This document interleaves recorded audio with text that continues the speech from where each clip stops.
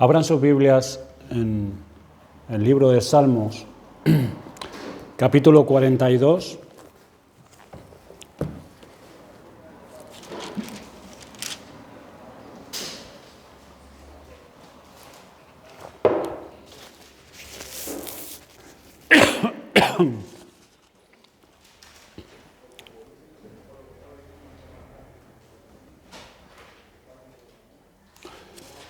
Vamos a leer el Salmo entero, son 11 versículos. Dice así: como el ciervo brama por las corrientes de las aguas, así clama por ti, oh Dios, el alma mía. Mi alma tiene sed de Dios, del Dios vivo. ¿Cuándo vendré y me presentaré delante de Dios? Fueron mis lágrimas mi pan de día y de noche, mientras me dicen todos los días: ¿dónde está tu Dios? Me acuerdo de estas cosas y derramo mi alma dentro de mí, de cómo yo fui con la multitud, la conduje hasta la casa de Dios, entre voces de alegría y de alabanza del pueblo en fiesta. ¿Por qué te abates, oh alma mía, y te turbas dentro de mí? Espera en Dios, porque aún he de alabarle, salvación mía y Dios mío. Dios mío, mi alma está abatida en mí. Me acordaré, por tanto, de ti desde la tierra del Jordán y de los hermonitas desde el monte de Mizar. Un abismo llama a otro a la voz de tus cascadas. Todas tus ondas y tus olas han pasado sobre mí, pero de día mandará Jehová su misericordia y de noche su cántico estará conmigo y mi oración al Dios de mi vida.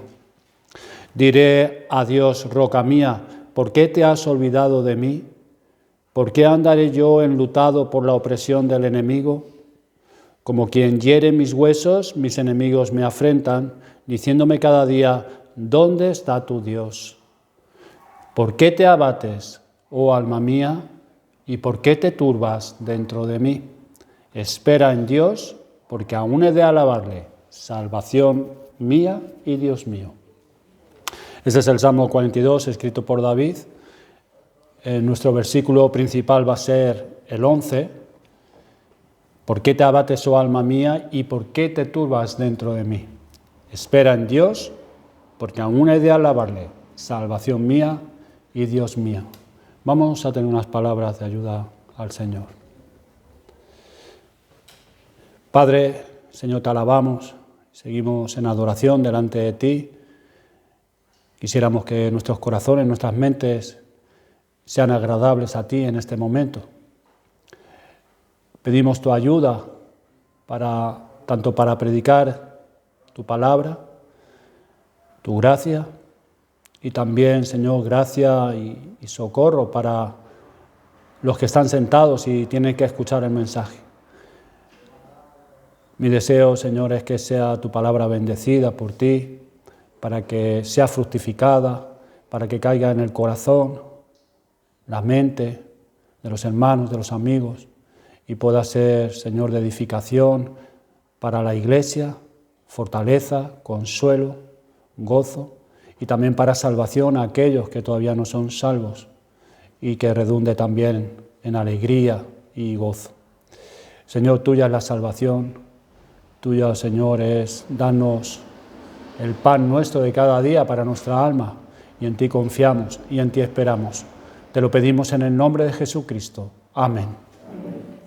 He visto oportuno predicar algunos sermones hasta que reciba un libro que viene de Alemania, que ya está aquí, pero bueno, el plazo es el normal. Y son unos 18 sermones de John Owen, conociendo al Dios Trino y cómo nos tenemos que relacionar con cada uno de ellos.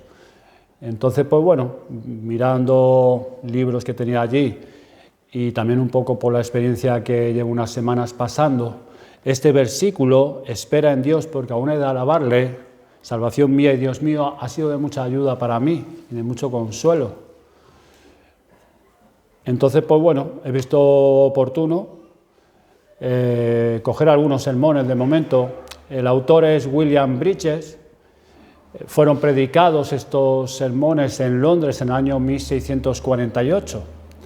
Y a través de estos sermones que abordan la realidad de la depresión espiritual que la mayoría de los creyentes sufren o pueden llegar a sufrir en toda su vida cristiana, Bridges manifiesta una clara percepción de las cosas que producen desánimo en los santos, tales como grandes pecados, gracia débil, abandono de las disciplinas espirituales, falta de seguridad, la tentación en sí causa mucho desánimo en el creyente, el abandono y la aflicción.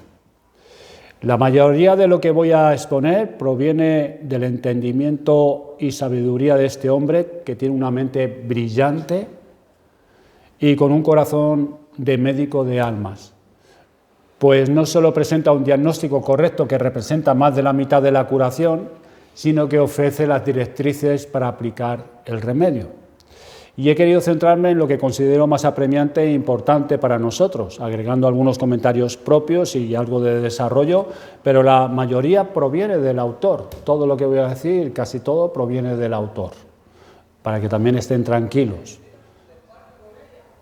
Ya que si es una obra inmejorable, ¿por qué intentar añadir algo más a lo que se va a decir? Si va a ser edificación para nosotros. Las causas generales de la depresión espiritual son las mismas en todas las épocas, hermanos, y los creyentes del siglo XXI pueden encontrar ayuda con la misma seguridad que las generaciones pasadas. Y deseo que estos sermones sean de mucho beneficio para todos los miembros de la Iglesia Bautista Reformada de Fuerteventura, para los que llevan tiempo con nosotros y para todos aquellos que lleguen a escuchar estas predicaciones. En primer lugar, vamos a considerar estos versículos donde se nos habla de la triste realidad del desánimo de un alma conocedora de la gracia de Dios y que puede experimentar. Y qué remedios han de aplicarse y han de utilizarse para contrarrestar dicho desánimo. Así que vamos a ver los remedios para contrarrestar dicho desánimo. El desánimo aquí se describe por medio de dos expresiones: te abates, te turbas. Te abates, te turbas. Es similar a un hombre que le abruma o le abate un peso, el peso de una gran carga. Así también tú, alma mía, dice David, te abates. Consideren los remedios que utiliza el salmista contra esos casos de desánimo: reprenderse y amonestarse uno mismo. No se centra en las circunstancias externas. Había enemigos que le estaban persiguiendo, pero no se centra en sí en eso, sino que habla a su alma. Esto es, se reprocha a sí mismo su propia inseguridad y falta de confianza en Dios. Se reprocha y se reprende a sí mismo por ello.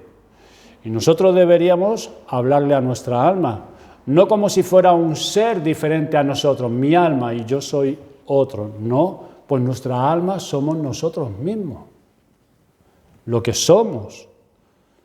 Y usar más a menudo este remedio, reprendernos y amonestarnos a nosotros mismos. En segundo lugar, se amonesta a sí mismo y se insta a aguardar a Dios y depositar su esperanza en Él. Dice, espera en Dios. ¿Por qué? Porque aún ha de ser librado. Mira lo que dice, porque aún he de alabarle. Segundo, porque la salvación le pertenece solamente a Dios. Él es salvación mía, dice David. Tercero, porque Dios tiene comunión conmigo y yo con Él. Él es mi Dios, dice David, salvación mía y Dios mío. Tiene comunión con Dios.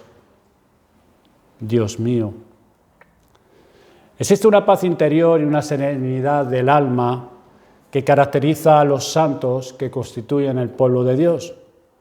Por eso dice David en este versículo, ¿por qué te abates y por qué te turbas dentro de mí? Parece ser que ese no era su estado habitual, el estado habitual de David. Su pulso no latía tan rápido como lo hacía ahora que estaba desanimado, sino que normalmente tenía paz interna y serenidad del alma dentro de sí. Ahora, es posible que esta paz sufra una interrupción. Hay creyentes que piensan que la doctrina de la paz interna es falsa o que no son cristianos, porque no han tenido paz ni un solo día. No han tenido paz ni serenidad dentro de ellos. Y debemos saber, hermanos, que hay una paz fundamental que tienen todos los santos del pueblo de Dios y hay otra paz adicional. Hay una paz fundamental que nace y fluye de forma natural de su justificación. Romanos 5:1, justificados por la fe, tenemos paz para con Dios. Esa es la paz fundamental que todo creyente verdadero tiene. Y hay una paz adicional que nace de la percepción que tienen de su justificación. Es posible que un verdadero hijo de Dios pierda durante mucho tiempo la segunda, la paz adicional, la percepción que él tiene de su justificación, por muchas cosas, lo que antes hemos visto en la introducción. Pero nunca perderá la primera, nunca la puede perder. El creyente puede perder la paz que proviene de la percepción de haber sido justificado, pero la paz que nace y procede de la justificación en sí, esto es, la primera paz, no la perderá jamás. La paz es el derecho que tiene la Iglesia a compartir las posesiones de su esposo, y esa paz no la perderá nunca. También hemos de saber, hermanos, todo esto es para ayuda, para consuelo nuestro, para fortaleza. También hemos de saber que hay una gran diferencia entre la paz, el consuelo y el gozo. Un hombre puede tener paz, estoy hablando de creyentes, un hombre puede tener paz y no consuelo. Otro puede tener consuelo, pero sin gozo. Igual que ahora mismo puede ser de día y sin embargo no brillar el sol, pero es de día. O puede ser que el sol brille, pero no como al mediodía, con menos fuerza, menos intensidad. Es posible que alguien que meramente se apoye en Dios tenga paz sin mucho consuelo y sin mucho gozo. Hay muchas almas que piensan que porque no tienen gozo, tampoco tienen consuelo, y puesto que no tienen mucho consuelo, tampoco tienen paz. Y si no tienen paz, no son creyentes.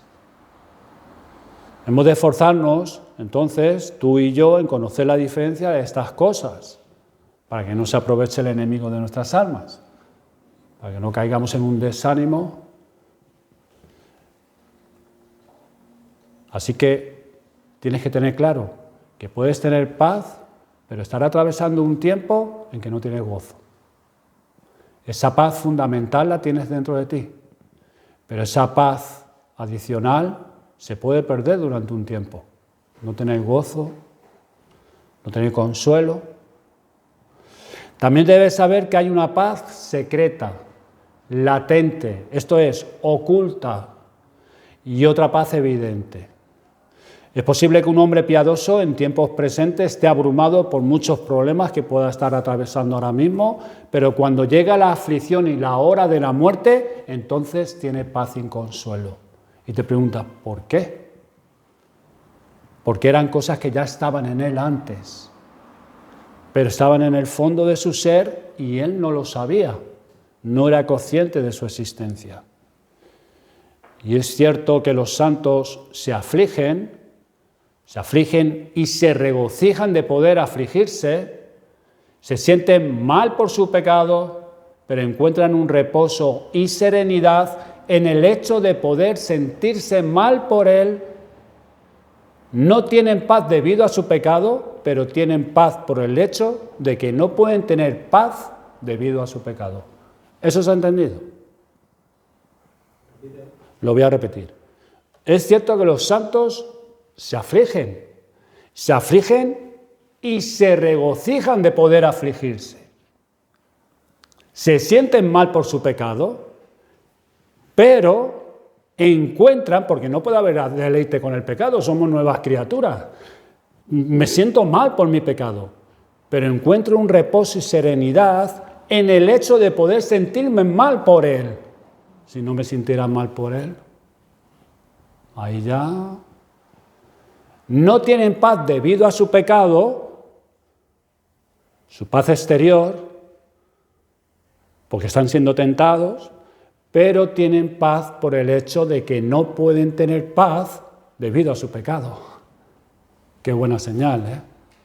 No tener paz debido a mi pecado, pero sigo teniendo paz debido a mi pecado, por el hecho de no poder tener paz a mi pecado.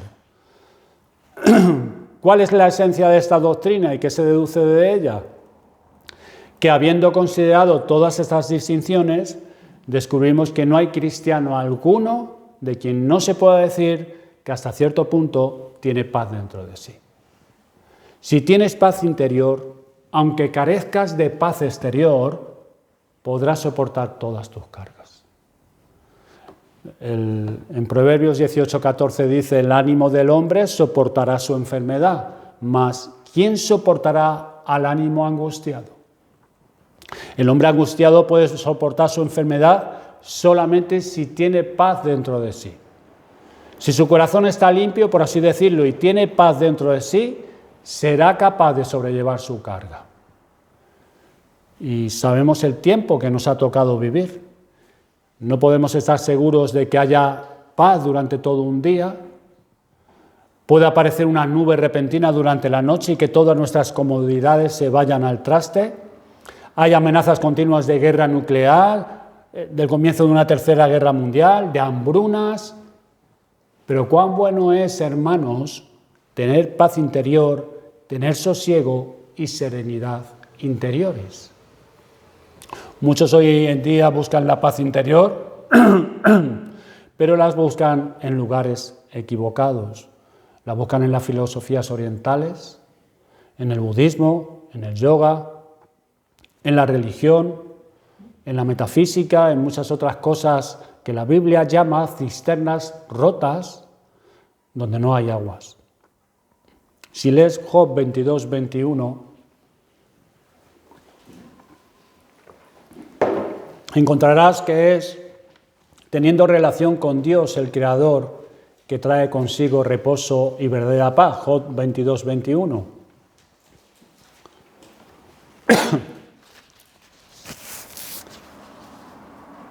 Dice, vuelve ahora en amistad con Él y tendrás paz. Así que todos aquellos que buscan en otros lados, en otros lugares, vuelve ahora en amistad con Él y tendrás paz.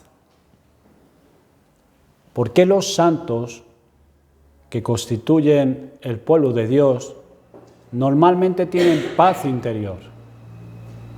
Porque tienen comunión con el Padre, que es el Dios de toda consolación. Tienen comunión con el Hijo, que es el príncipe de paz. Tienen comunión con el Espíritu, que es el consolador. Tienen comunión con el Padre, con el Hijo y con el Espíritu en y por el Evangelio, que es la palabra de paz. El Evangelio de la paz. Dios como Padre nuestro se ha comprometido a dar paz a su pueblo. La gran prerrogativa, esto es, la facultad o poder exclusivo de Dios el Padre es proporcionar paz. Una paz interior. En Isaías 57:19 dice, produciré fruto de labios. Paz, paz.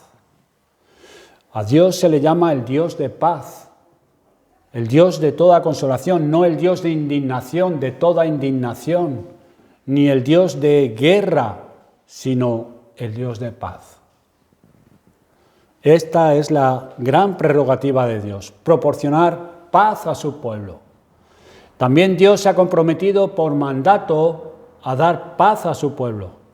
Si lees Isaías 40, del 1 al 2, encontrarás que Dios les ordena a los profetas y a los ministros que prediquen la consolación a su pueblo, Dice, consolaos, pueblo mío, dice vuestro Dios, hablad al corazón de Jerusalén y decirles a voces que su tiempo es ya cumplido, que su pecado es perdonado, que doble ha recibido de la mano de Jehová por todos sus pecados. ¿Y qué es lo que Dios quiere que su pueblo sepa? Que su tiempo es ya cumplido. Esto es, que su lucha ha terminado. ¿Y qué más? Que su pecado es perdonado, que su iniquidad ha sido quitada, que su pecado ha sido perdonado total y gratuitamente. Y por último, que doble has recibido de la mano de Jehová por todos tus pecados. Eso es lo que Dios quiere que sepa su pueblo, que Dios ya no tiene nada en contra de ella, ninguna queja, hablando de Jerusalén, pero del pueblo de Dios, que no tienen ninguna disputa contra su pueblo, ningún otro castigo que infligirle. Ya ha sufrido suficiente castigo por su iniquidad. Y también Dios se ha comprometido por su promesa. Jehová dará poder a su pueblo, Jehová bendecirá a su pueblo con paz. Esta es la promesa. Jehová bendecirá a su pueblo con paz. Y más aún, si leen Isaías 26, versículo 3, allí encontrarás que el Señor ha prometido a mantener la paz de su pueblo. No solamente quiere darles paz, sino también Él es quien mantiene la paz de su pueblo. Y dice así, tú guardarás en completa paz a aquel cuyo pensamiento en ti persevera, porque en ti ha confiado. Eso es lo que hallarás en tu Biblia. Pero en el hebreo dice lo siguiente, tú guardarás paz para aquel cuyo pensamiento en ti persevera. De modo que el Señor no solo se ha comprometido a darle paz a su pueblo, sino que además, por su promesa, se ha comprometido a mantener esa paz. ¿Qué importa que mis compañeros de trabajo me causen problemas? Sigo teniendo paz interior. Paz exterior no, pero interior sí. ¿Qué importa que se me reproche alguna cosa? Sigo teniendo paz interior. ¿Qué importa que todo a mi alrededor amenace con derrumbarse? Tengo la promesa de Dios que mi paz se mantendrá. Esta doctrina exige entonces nuestra gratitud, nuestra alabanza al Señor por la paz y serenidad que tenemos. Haz de alabar a Dios por tu paz exterior, de que vivas en un país sin guerra. Podemos tener la puerta ahora mismo abierta tranquilamente, en una localidad donde puedes caminar con tu familia tranquilamente a las 8 o 9 de la noche con tus hijos. Tenemos paz. Agradecido por la paz y serenidad que tienes en tu interior, después de haber tenido quizás una guerra dentro de ti, en tu propio ser, y has sentido el dolor de una conciencia atormentada, pero ahora tienes paz. ¿No has de estar agradecido? ¿No has de alabar al Señor, quien te ha dado esa paz y ese reposo? Pero también hay obstáculos y dificultades. Y es lo que quiero ahora ver un poco con todos ustedes.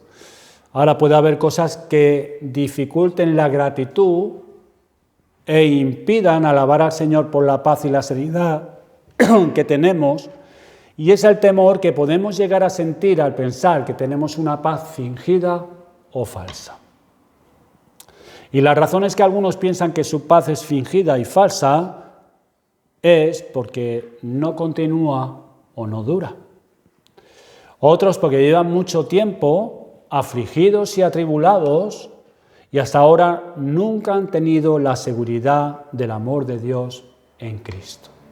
Y eso es un obstáculo muy grande para poder tener dicha paz, el no tener esa seguridad del amor de Dios en Cristo con ellos. Y piensan que su paz es fingida, es falsa. Ahora, diferencias entre la fe auténtica y la fe falsa. Diré algo muy breve acerca de la auténtica paz salvadora y la falsa, para que nos ayude, para que nos encamine un poco, para que nos dé ese empujocillo ahí, ¿vale? Hay una paz que nace de la comprensión de la común bondad de Dios. Eso es la paz común. Eso, alguien que no sea un perturbado y que no sea un pecador, la mayoría de la gente,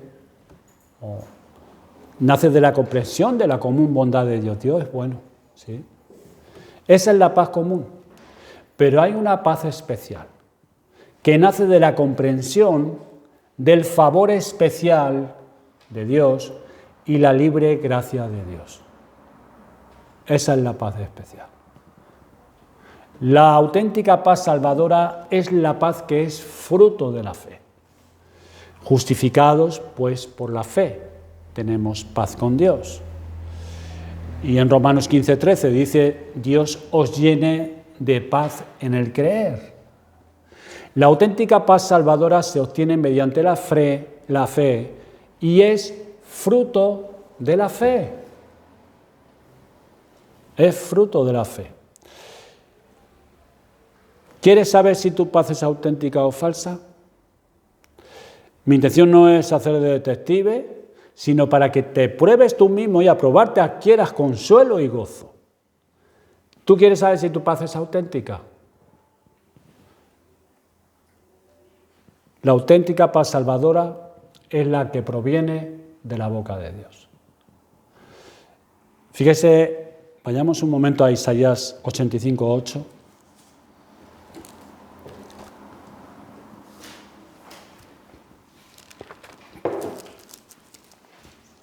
Perdón, Isaías 85, no hay, Salmo 85. 8, Isaías 85:8.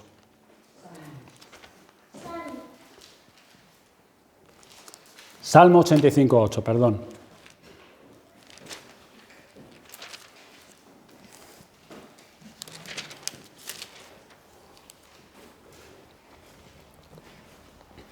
Dice así: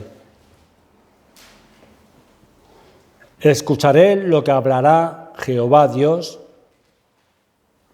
porque hablará paz a su pueblo y a sus santos, para que no se vuelvan a la locura.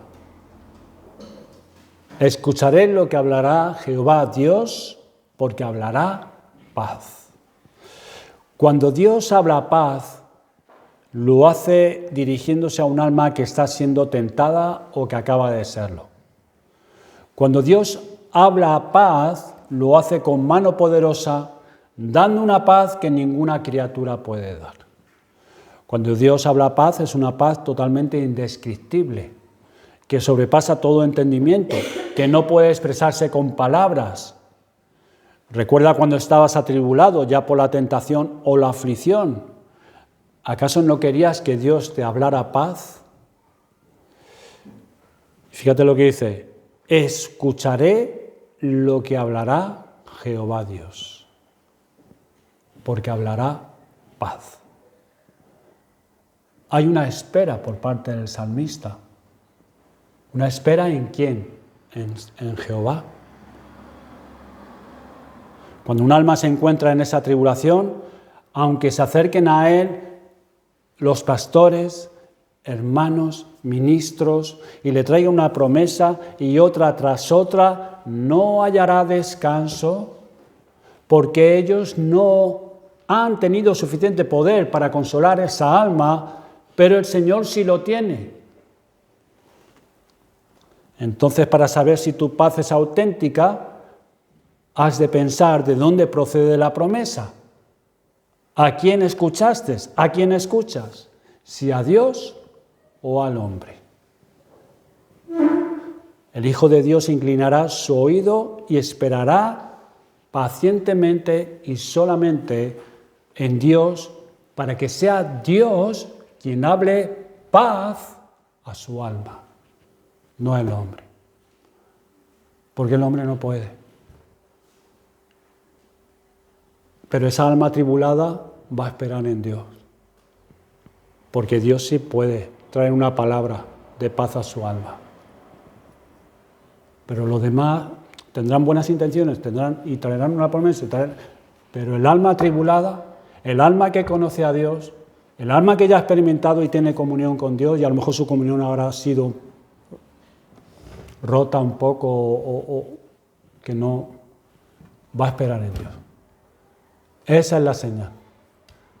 Esa es la prueba de que tu paz es auténtica. ¿Por qué? Porque proviene de Dios. No proviene del hombre, de lo que te pueda decir el hombre. El Hijo de Dios inclinará su oído y esperará que Dios hable paz a su alma. Y otra es que la auténtica paz salvadora puede vivir viendo el pecado. La paz falsa no puede soportar la visión del pecado. En cambio, cuanto más ve su pecado el hombre piadoso, a menos que esté siendo tentado, más paz tiene. Cuanto más ve su pecado un hombre inicuo, menos paz tiene. ¿Por qué toda su paz deriva del encubrimiento de su pecado? Si no ve nada, tiene paz. Ahora, si sale el pecado, está inquieto y, en cambio, el hombre piadoso puede estar viendo su pecado y tener paz.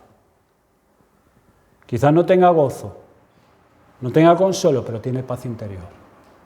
Está viendo su pecado. Ahora pregunto, ¿no encuentras que tienes paz aún viendo tus pecados? Y que cuanto más ves tus pecados cargados en la espalda de Cristo, más paz tienes.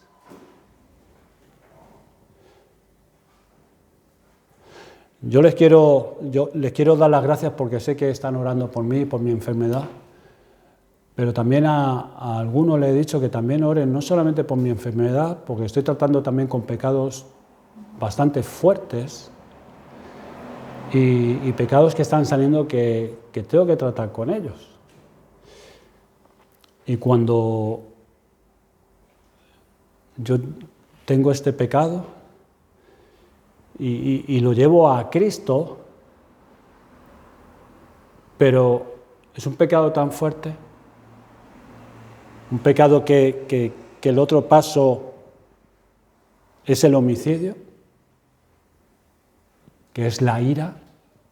Son pecados que tenemos que tratar, la envidia, el orgullo, la ira. Y yo estaba en mi casa y estaba orando al Señor y luego pensando, y bueno, llevo este pecado a Cristo, pero tengo paz interior. Estoy viendo estos pecados terribles, pero tengo paz interior. No tengo ahora gozo, pero tengo consuelo, porque sé que aún he de alabar a Dios. Esto no se va a quedar aquí. Pero ayer estaba pensando, traigo mi pecado a Cristo, a la cruz, y yo pensaba, vale, lo traigo, pero es que Cristo ya murió por él. Cristo murió por ese pecado. Claro que lo tengo que confesar, lo tengo que traer al Señor, pero es que Cristo ya cargó con él. Ahora yo tengo que trabajar con ello, con la ayuda que el Señor me da. No me puedo venir abajo, no me puedo deprimir, no me puedo desanimar. Es que Cristo ya cargó con todos esos pecados. Entonces tengo paz interior por eso, porque Cristo cargó con esos pecados. Y con cualquier pecado que tú estés tratando fuertemente con él, Cristo cargó con ello. Y es así como nosotros podemos tener paz, porque sabemos que nuestros pecados fueron cargados en la espalda de Cristo. Y cuando vemos a Cristo y nos aferramos a la promesa y confiamos en la libre gracia, viene la paz. Viene la paz. ¿Qué he de hacer para conseguir esa paz y serenidad dentro de mí que nunca he experimentado? Puede decir uno. ¿O qué debería hacer para obtener y retener esa paz y esa serenidad interior que tuve, pero ahora quizás no tenga? Ya sabes lo que dice el salmista. Escucharé lo que hablará Jehová Dios, porque hablará paz a su pueblo. No está en mi mano ni en ninguna otra pobre criatura el hablarte paz. Solamente el Señor puede hablar paz a tu alma. Y lo que ahora voy a decir es tanto para los hijos de Dios que han visto la bondad de Dios y la libre gracia, pero también los que no lo son, pero quieren serlo, pues puede hacerles bien lo que voy ahora a decir. Y el Señor habla paz por medio de una ordenanza. Pero ¿qué es lo que dice el Señor? ¿Qué dice el Señor en su palabra mediante un medio de gracia que puedes hacer que tú, que hasta ahora no has tenido descanso, consigas esa paz interior y esa serenidad del alma? Primeramente, el Señor desea que consideres la muerte y los sufrimientos de Jesucristo y la plenitud del pago de la deuda efectuado por Él, y que medites mucho en ello. Entra en el sepulcro de Cristo. La sangre de Cristo es la esencia de la fe y la fe produce paz. Y la incredulidad es un pecado muy doloroso y la fe es una virtud que la mitiga y la silencia. Cuanto más veamos el incondicional e infinito amor de Dios, más sosiego y más serenidad tendrá nuestro corazón. ¿Y dónde veremos, hermanos, el amor de Dios sino en la muerte de Cristo? Al ver a Cristo en la cruz, estamos viendo el amor divino triunfante.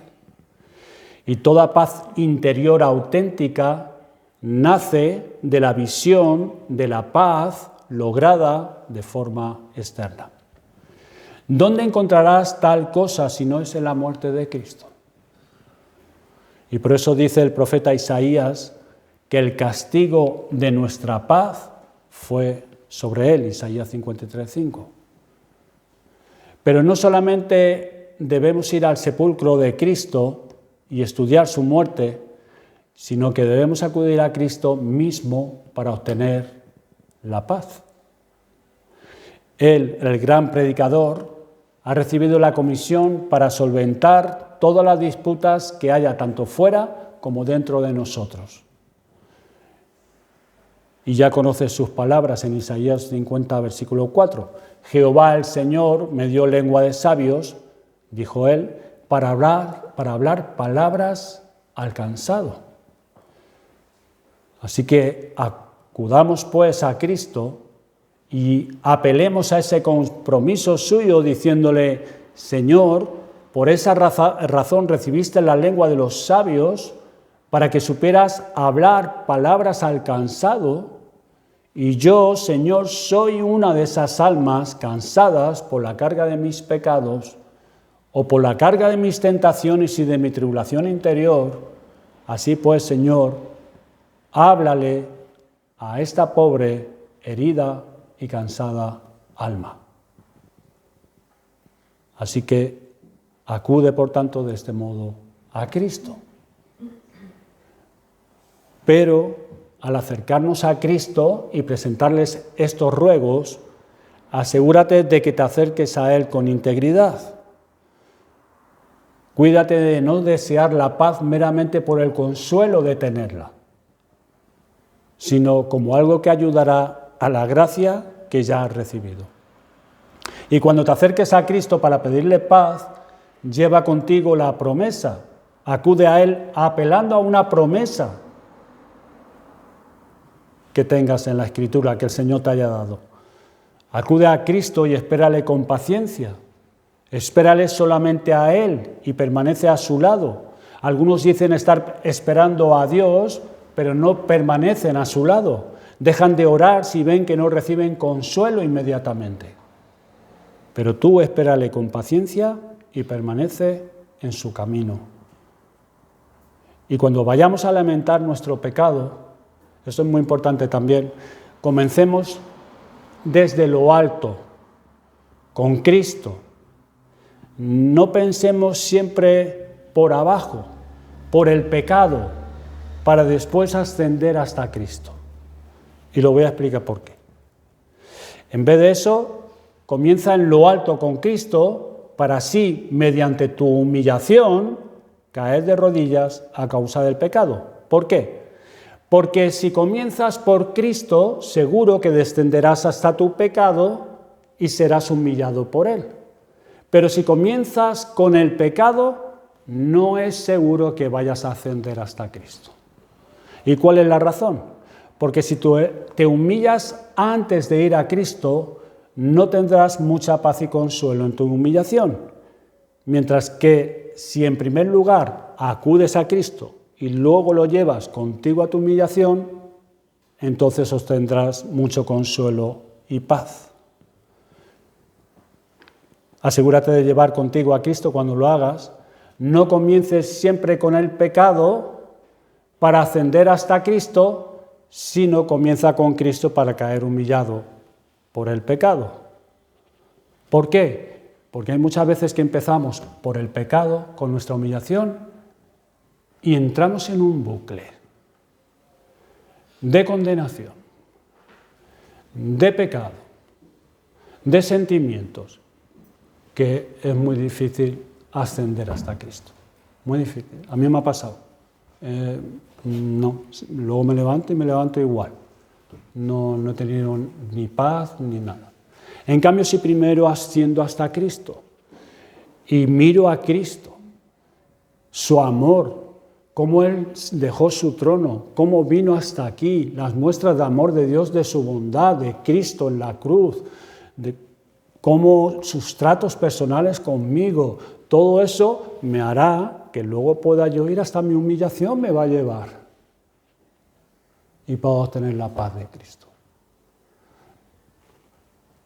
No digo que nunca comiences por la humillación, si quieres, pero que no siempre comiences por allí, porque a veces es muy difícil poder llegar luego hasta Cristo, poder ascender hasta Él. Ahora, a los que están sin Cristo, quiero hacerles una pregunta. ¿Cuál es la razón de que no haya serenidad y descanso en tu alma, sino porque aún no has renunciado a tu voluntad en favor a la de Dios? Y es tu voluntad el motivo por lo que no tienes paz. Es tu incredulidad lo que te ha tenido separado de Dios hasta el día de hoy. Y es tu enemistad con Él y Dios contigo la que te hace estar en una posición muy peligrosa. Pero Dios te envía cada día el Evangelio de la paz. Las buenas noticias de su Hijo Jesucristo son las buenas nuevas. Por eso pasa mucho tiempo. Ahora no hay paz sin arrepentimiento. No se puede. No hay paz sin arrepentimiento. Por eso pasa mucho tiempo en las promesas de los profetas que anunciaron los sufrimientos del Mesías.